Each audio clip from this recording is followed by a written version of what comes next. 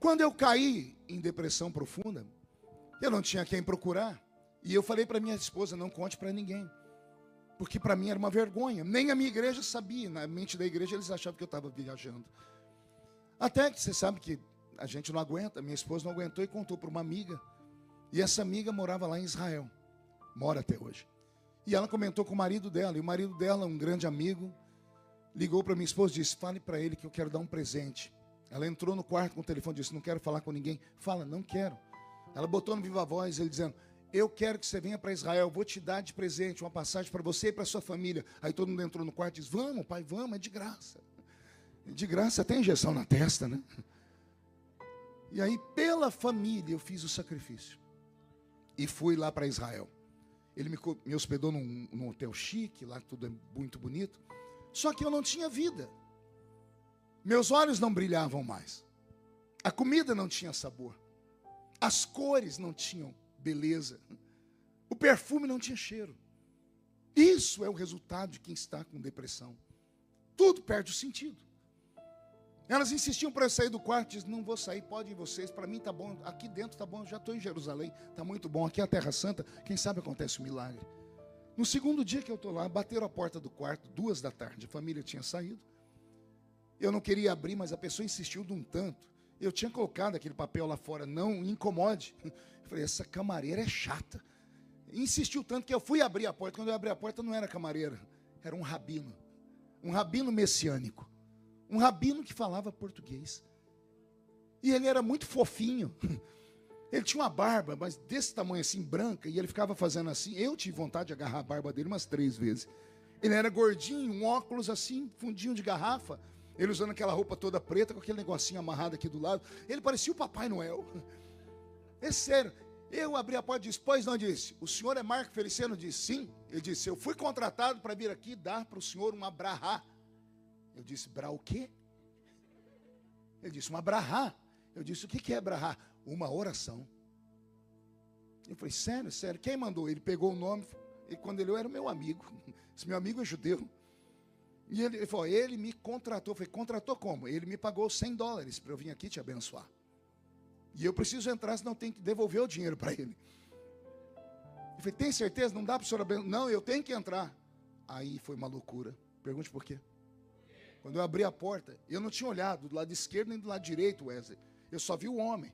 Quando ele foi entrar, ele pegou a mão que estava aqui atrás da parede e a outra do lado de cá. E ele entrou com uma lata de óleo de 5 litros. De óleo de azeite. 5 litros. E do outro um saco cheio de cordinha vermelha. Eu falei, Jesus, isso é macumba. O que ele vai fazer com esse óleo? Eu falei, o que é isso? Ele, vou ungir. Eu falei, 5 litros? E tem que deixar tudo aqui. Eu falei, meu Deus, vai acabar com a minha vida. A gente unge com uma gotinha de óleo na testa. Ele levou 5 litros de óleo. Ele falou, você me dá licença? Eu falei, fica à vontade. Ele ungiu tudo que você possa imaginar, peça por peça de roupa, minha Bíblia. Ele abriu minha bolsa, tudo que era objeto meu, da família, ele foi ungindo tudo. Ele ungiu a parede, ele gastou quase os 5 litros de óleo. Ele ungiu minha mão, minha perna, passou óleo na testa, na nuca. Eu falei, meu Deus do céu, eu estou recebendo um passe aqui. Eu sou pastor, meu Deus. Depois, não basta o que eu estou passando. Aí ele pegou aquelas cordinhas vermelhas, amarrou uma aqui, outra aqui, amarrou no meu dedo. Eu falei, o que é isso? São alianças que eu estou fazendo e oração em judaico, na língua judaica. Quando ele terminou, eu disse, e aí, como é que você se sente? Eu falei, tô do mesmo jeito. Ele abaixou a cabeça, coçou. Bom, eu vou ter que fazer outras coisas. Eu falei, ai meu Deus, o que esse homem vai fazer? E eu querendo que ele ia embora. Ele fez mais umas coisas que eu não vou falar para vocês, senão vocês vão ficar escandalizados, vão até deixar de ser crente desse jeito. Ele fez umas coisas do judaísmo para mim. E terminou, ele disse, e agora, como você está se sentindo? Eu disse, do mesmo jeito. Ele coçou a cabeça, olhou, então eu vou ter que apelar. Eu disse, vai apelar como? O senhor precisa sair daqui do quarto comigo. Falei, ir para onde? O senhor tem que entrar no meu carro, vou te levar para uma viagem, eu te devolvo. Mas o senhor tem que ir comigo. Eu digo, não vou sair daqui. Ele disse, eu tenho 2 filhos para criar e eu preciso dos $100 que me deram. Eu vou ter que devolver os $100 e eu preciso pagar a comida dos meus filhos hoje. Por pena dele, eu saí com ele. Entrei dentro do carro, um carro velho. E ele deu uma volta por Jerusalém. E ele me levou no alto de uma montanha, numa vista privilegiada que eu nunca tinha visto. Já tinha ido em Israel muitas vezes. E nós sentamos no meio de um lugar meio deserto, numa altura que dava para ver Jerusalém inteira. E eu vi a cidade velha de Davi, eu vi o Muro das Lamentações, eu vi o Domo da Rocha, eu vi o Monte das Oliveiras. E aí ele sentou do meu lado e eu sentei de cá. Eu falei, e agora? Ele disse, agora fica aí meditando, que eu vou ficar meditando daqui. Eu falei, meu Deus, só parece louco na minha vida. E ele começou a fazer assim na barba. Ele olhava para mim, ria, disse, tá tudo bem? Eu disse, não tem o que fazer, tá? Nós ficamos 40 minutos sentados, sem ele falar nada.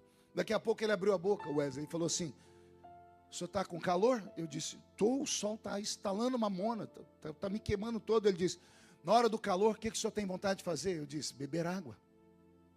Ele disse, o senhor pode me citar um texto da Bíblia sobre isso? O senhor é pastor? Eu disse, posso. E ele falou, qual? E eu citei o Salmo 42. Assim como a corça suspira pelas águas tranquilas, assim a minha alma suspira por ti, ó grande Deus. Aí ele olhou para mim, sorriu, mexeu na barba e disse, o que Davi está falando? Eu disse, ele está dizendo que está com sede. Está no deserto. A corça procurou água. Ele disse, eu estou igual uma corça procurando água para beber. E ele olhou para mim sorrindo e disse, se eu lhe provar que Davi não está com sede de água, mas que ele precisa de água para outra coisa, o que o senhor faz? Eu disse, eu vou achar interessante. Ele falou, então deixa eu lhe contar a história. E aí ele contou uma história que mudou a minha vida. Ele me falou de Davi. Só que ele falou de um Davi que eu não conhecia na Bíblia. Ele falou do Davi da história dos hebreus. De um Davi que sofria dentro de casa. De um Davi que tinha problema com a família. De um Davi desprezado pelo pai. Porque no dia em que Samuel foi ungir um dos filhos de Jessé como rei de Israel, o único que não estava em casa era Davi. E era o mais novo.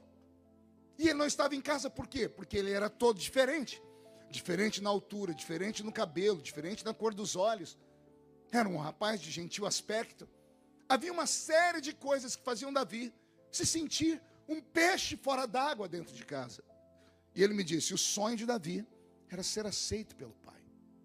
Problema de paternidade. Ele disse, para Davi ser aceito pelo pai, ele colocou uma coisa no coração dele. Preciso surpreender o meu pai. E de que forma que o menino judeu surpreendia um pai? Caçando. Levando para o pai uma iguaria. Uma caça exótica. Mas como é que ele pode surpreender o pai que é fazendeiro? Jessé, o belemita, era fazendeiro. E ele tinha todos os animais. Ele tinha vaca, tinha boi, tinha cabrito, tinha ovelha. Ele tinha todos os animais. Como é que você surpreende o seu pai se ele tem todas as carnes? Aí ele me disse, Davi foi em busca de uma carne exótica. Ele saiu em busca de uma corça. Ou um cervo. Que é um quadrúpede. É um animal forte, a carne é tenra, é boa, só que é muito difícil de ser pega. Porque a corça tem uma agilidade, uma força nas suas pernas, que ninguém consegue correr atrás dela. Porque ela é muito violenta. Mas Davi quer surpreender o pai. E ele disse, Davi foi para o alto das montanhas procurar uma corça. E como Davi era um exímio caçador, caminhando pelo meio da montanha, ele viu pegadas, rastros. E ele conhecia o ambiente pelo chão. E ele via onde a corça tinha pisado, onde o cervo tinha escorado. E ele foi seguindo, até que ao longe ele avista a corça. E quando ele avista a corça, ao invés de avançar para cima dela, ele deita no meio do chão e procura ir se aproximando dela sem que ela perceba que ele ali está. Ele precisa esperar o vento passar, para que o vento não leve o cheiro dele. Ele precisa não fazer barulho, ele tem que se aproximar o mais rápido possível e se aproximar a uma distância que a flecha dele atinja a corça.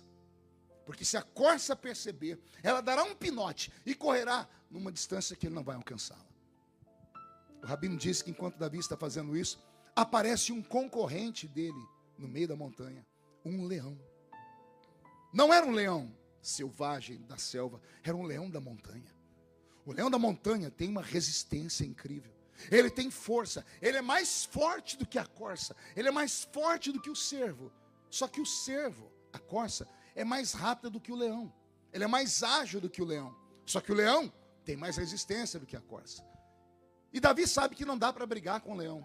Mas ele sabe também que se o leão conseguir pegar aquela corça, Ele não vai conseguir levar ela para casa, porque a corça pesa mais de 200 quilos. E o leão vai matar a corça, vai comer um pedaço dela, vai levar um pedaço para sua família e vai sobrar um resto. Então Davi tira o foco da corça e começa a olhar o leão. Ele diz: eu fico com o resto do leão. E o leão, quando percebe a corça, também não pode correr, porque se ele correr, a corça vai perceber, e ela é mais ágil do que ele. Então o leão vai indo pelas beiradas, pelas brumas, até que em certo momento é impossível não ser notado. E a corça, quando percebe o leão, ela sai correndo. E quando ela sai correndo, o leão corre atrás da corça, e Davi corre atrás do leão. E Davi sabe que chega um momento que ele não vai mais ver nem leão nem corça, mas as pegadas no chão vão levar ele até ela. E o leão também sabe que não dá para concorrer com a corça na velocidade. Porém, ele tem mais resistência do que a corça. E a corça, por ser um animal que conhece o predador, sabe que ela está perdida. Pergunte por quê? Porque o leão tem um dom. Ele tem um olfato. Que quando ele sente o cheiro da corça, a corça pode ir para onde ela for. Ela pode sumir de vista.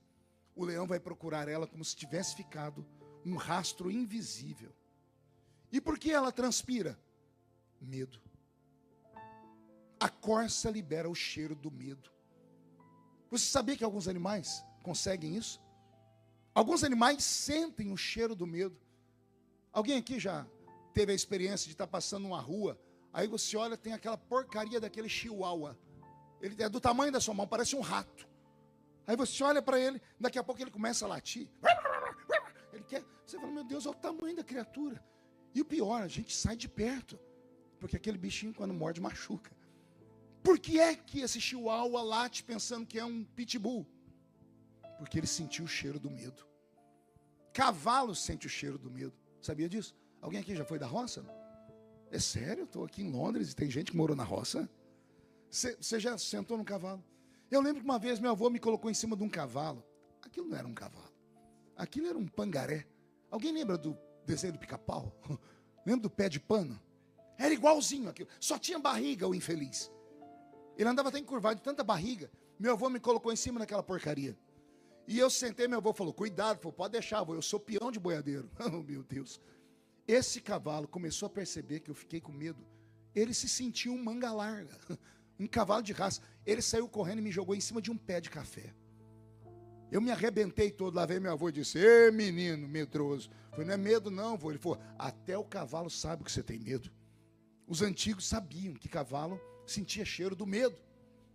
Como é que alguns animais têm isso? Todas as vezes que você fica tenso, todas as vezes que você fica ansioso, você transpira. Não só transpira, você libera uma enzima que cachorro e cavalo sentem o cheiro. A corça liberou uma enzima que o leão sentiu o cheiro. Eu chamo de cheiro do medo. A corça fugiu porque ela corria mais do que o leão. E o leão continuou no trote dele. Porque ele não precisa ver a corça. Na medida que ela corre, ela transpira e fica um rastro invisível que ninguém vê. Mas o leão sente. O rabino contou que essa história terminou na beira de um riacho. Porque quando o leão correu atrás da corça, ele se deparou com um ribeiro de águas. E ficou parado. E quando Davi se aproximou de longe, ele viu o leão fazendo assim. Buscando o cheiro da corça. E ele não sentia mais nada. A corça sumiu. E o cheiro do medo também. E Davi ficou observando para ver o que o leão ia fazer. O leão agora tem que usar o instinto. Escolher esquerda ou direita. Porque ele não sente mais o cheiro da corça. E o leão saiu. O rabino diz que a tradição deles fala que Davi se aproximou do ribeiro, porque ele estava cansado de correr atrás do leão. E quando ele começou a beber água, ele viu uma moita à direita de capim. E ele viu a moita se balançar. Quando ele observou, quem é que levanta de trás da moita? A corça. Ela se levanta, mas ela está brilhando. Porque ela estava toda molhada. Ela se levanta e se sacode, joga água para todos os lados. Davi, ao invés de matar a corça, eternizou ela num salmo. Ele entendeu o que a corça fez. A corça não fugiu do leão.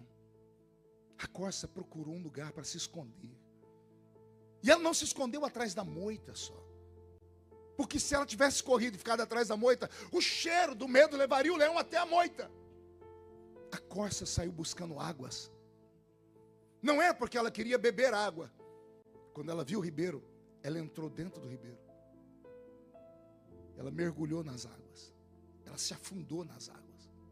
Quando a água passou por cima dela, a corrente levou embora. A correnteza das águas levou embora o suor. Aleluia. A correnteza, Wesley, levou embora as enzimas. A correnteza levou embora o medo. O cheiro do medo. E aí Davi entendeu que tem vezes na vida que não dá para correr. Só tem um jeito de enfrentar o inimigo. É mergulhar nas águas. Aleluia. Eu sinto Jesus aqui. Quando eu vejo Davi, na minha imaginação, observando aquela corça que mergulhou nas águas, e ao invés de matá-la, ele eterniza ela. Ele está dizendo assim: Deus, a minha vida é igual a dessa corça. Todos os dias tem um inimigo. Todos os dias tem alguém tentando roubar a minha bênção. Todos os dias tem alguém me julgando. Não bastasse as crises que eu passo. E tem dias que o inimigo é pesado, não dá para encarar ele. E aí não tem para onde ir. Porque se eu contar com a minha força, eu vou tombar. Só tem um jeito. É procurar águas tranquilas e mergulhar nas águas. A corça não estava com sede de águas. Ela queria que o medo dela desaparecesse. Quando o Rabino me contou essa história, eu tive uma crise de choro. E ele chegou perto de mim, ele não falou mais nada, ele só me deu um abraço. Ele passou meia hora abraçado comigo e eu chorei, mas chorei copiosamente. E eu comecei a balbuciar palavras falando: Senhor, prepare um ribeiro para mim. Eu preciso mergulhar, não dou conta mais de correr. Não dou conta mais de me esconder onde eu estou me escondendo, porque todo lugar que eu vou, o diabo me encontra. Todo lugar que eu vou, a luta vem atrás de mim. Senhor, me prepara um ribeiro de águas. E o Senhor disse para mim: filho, eu vou preparar, mas você vai ter que mergulhar. Como assim, Senhor? Você vai ter que se esconder em mim. E eu falei: mas o que vão dizer as pessoas? Ele disse: ignore as pessoas. Porque se alguém te chamar de covarde, essas pessoas não te visitam. Essas pessoas não podem te ajudar. Só eu posso te ajudar. Agora você tem que parar de pensar nos outros e pense na sua vida. É hora de você se salvar. É hora de você cuidar das suas feridas. É hora de você entender que tem hora na vida que não dá para ajudar todo mundo. Aí eu me lembrei dos meus velhos pais dizendo: eu prefiro ser um herói morto do que um covarde vivo. E o Espírito Santo falando para mim: isso aí é frase de efeito de filme de faroeste. É melhor ser um covarde vivo do que um herói morto. Porque você não é sozinho. A sua queda implica na queda da sua família inteira. Uma desgraça na sua vida implica na desgraça de todos aqueles que acreditam em você. Então não dá para ser herói toda hora. Tem horas que Deus tem que pintar a gente com uma tinta invisível e nos tornar invisível aos olhos do diabo.